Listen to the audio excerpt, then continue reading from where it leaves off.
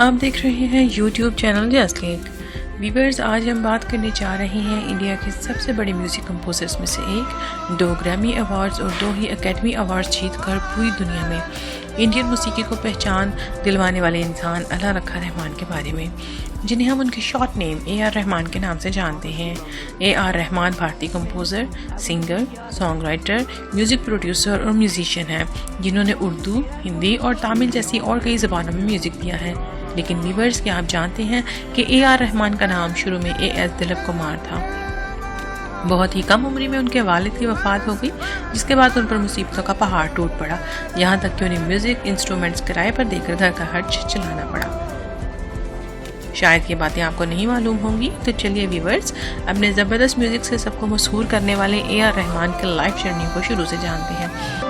Tremendously. I wouldn't have been here otherwise. What do you want me? You want me to say that? You want me to show that? इससे पहले कि हम अपनी video को आगे बढ़ाएं, अगर आप पहली बार हमारे चैनल पर आए हैं तो सब्सक्राइब के बटन को दबाकर साथ लगे बेल के निशान को भी दबा दीजिए, ताकि हमारी तफरीही वीडियोस सबसे पहले आप तक पहुंच सकें।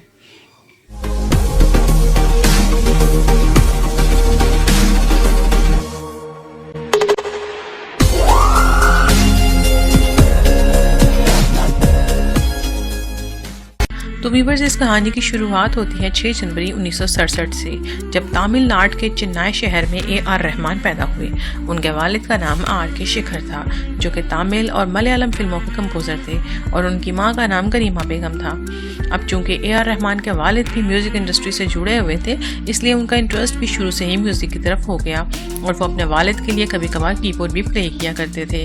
लेकिन उनकी ज़िंदगी में एक दुख भरा मोड़ तब आया जब 9 साल की उम्र में उन्होंने अपने वालिद को खो दिया, और वालिद की वफ़ात के बाद उन्हें काफ़ी गरीबी का सामना करना पड़ा।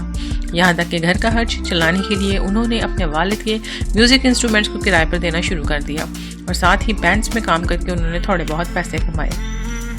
और फिर आगे चलकर कुछ लोगों के साथ मिलकर AR रहमान ने नेमेसिस एवेन्यू नाम का अपना खुद का एक रॉक बैंड बनाया। AR रहमान बचपन से ही बहुत टैलेंटेड थे। उनको कीबोर्ड, पियानो, हारमोनियम और गिटार जैसे म्यूज़िक इंस्ट्रूमेंट्स बजाने में महारत हासिल थी, लेकिन उनको सबसे ज़्यादा इंटरेस्ट सिंथेसाइज़र में था, क्योंकि ये म्यूज़िक और टेक्नोलॉजी का सबसे अच्छा कॉम्बिनेशन था। AR रहमान ने अपनी म्यूज़िक ट्रेनिंग मास्टर धनराज से ली, और जब वो सिर्फ 11 साल के थे तो उन्होंने मलयालम फिल्मों में कंपोज़र के तौर पर भी काम करना स्टार्ट कर दिया। साथ ही वो अपने वालिद के करीबी दोस्त MK अर्जुनान के ऑर्केस्ट्रा में भी काम करते थे, और फिर बहुत ही जल्द MS विश्वनाथन, रमेश नायडू और राज कोटी जैसे कई फेमस म्यूज़िक कंपोज़र्स के साथ भी उन्होंने काम करना शुरू कर दिया।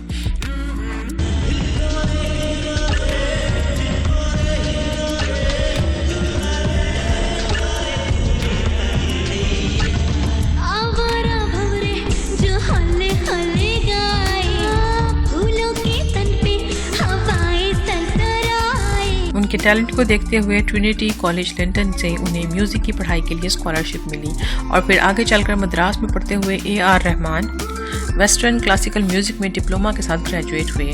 व्यूअर्स, वैसे तो AR रहमान 1989 तक AS दिलीप कुमार के नाम से जाने जाते थे, लेकिन 1989 में वो अपने तमाम खानदान समेत इस्लाम से जुड़ गए। तब उन्होंने अपना नाम बदलकर AR रहमान यानी अल्लाह रखा रहमान कर लिया।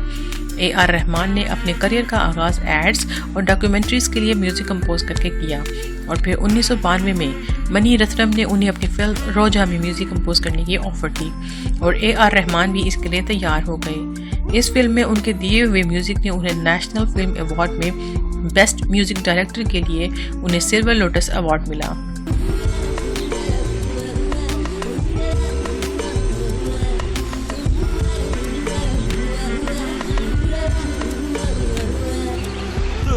जा मुझसे पास आ, कहता हूँ तुझसे पास आ, मेरे तन प्यासा मन प्यासा, नहीं मुझको चैन जरा सा, मेरे अंग अंग में अंगार। टेक्नोलॉजी से काफ़ी लगाव रखने वाले AR रहमान ने 1992 में ही अपने घर के पीछे पंचातन रिकॉर्ड्स इनके नाम से एक म्यूज़िक स्टूडियो बनाया, जो कि ना सिर्फ हिंदुस्तान का बल्कि एशिया के सबसे हाईटेक स्टूडियोज़ में से एक था। व्यूअर्स, AR रहमान की म्यूज़िक कंपोजिंग का तरीका औरों से बिल्कुल ही अलग था। शायद लोगों को भी उनकी यही बात अच्छी लगती रही और वह सबके चहेते म्यूज़िक कंपोज़र बन गए। आगे चलकर AR रहमान ने बॉम्बे, द अर्बन कधालन, थिरुदा और जेंटलमैन जैसी कुछ तमिल फिल्मों में अपने जादुई म्यूजिक की छाप छोड़ी। और फिर 1995 में आई इंदर, मिस्टर रोमियो और लव बर्ड्स जैसी फिल्मों ने उनकी शोहरत को 4 चांद लगा दिए। साथ ही उसी साल में सायरा बानो के साथ शादी के बंधन में बंध गए।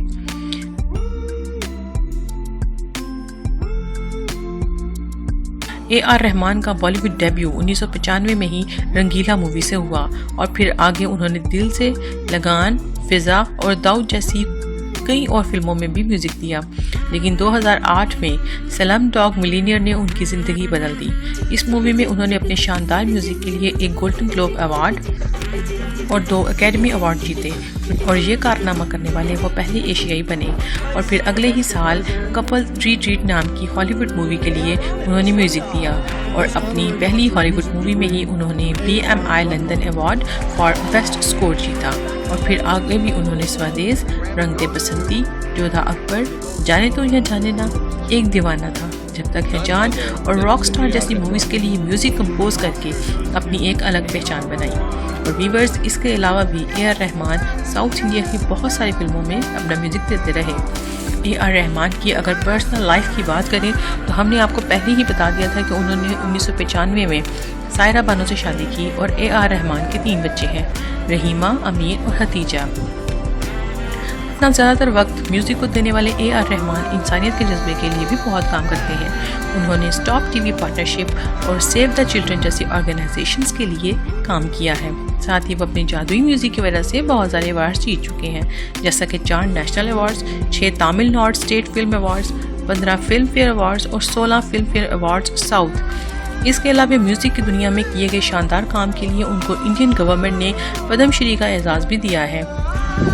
व्यूअर्स, अगर कुल मिलाकर आसान लफ्ज़ों में कहा जाए तो AR रहमान इंडिया के सबसे बड़े म्यूज़िक कंपोज़र तो हैं ही, साथ ही उन्होंने इंडिया को इंटरनेशनल लेवल पर रिप्रेजेंट करके इंडिया का सर फख्र से बुलंद किया है। उम्मीद करते हैं कि वो हमको अपने शानदार म्यूज़िक से एंटरटेन करते रहेंगे। आपको हमारी वीडियो कैसी लगी? कमेंट बॉक्स में अपनी राय का इजहार ज़रूर कीजिए और वीडियो को शेयर और लाइक करना मत भूलिएगा।